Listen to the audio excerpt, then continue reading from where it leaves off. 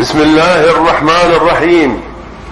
اللهم شتت شمل الصهاينة وفرق جمعهم واقذف الرعب في قلوبهم والهلع والخوف في نفوسهم، واضربهم ببعض وحيرهم وغيرهم وضللهم، واجعل نيرانهم ترتد إليهم، وفرط تدبيرهم وخرب بنيانهم، ودك حصونهم وبدل أحوالهم وقرب آجالهم.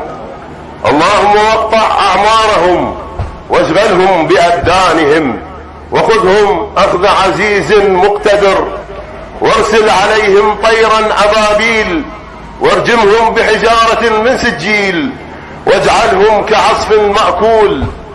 يا قهار يا قهار يا قهار، يا جبار يا جبار يا جبار. اللهم انتقم منهم أشد انتقام بحق محمد وآل محمد، وصل يا رب على محمد وعلى آله الطيبين الطاهرين.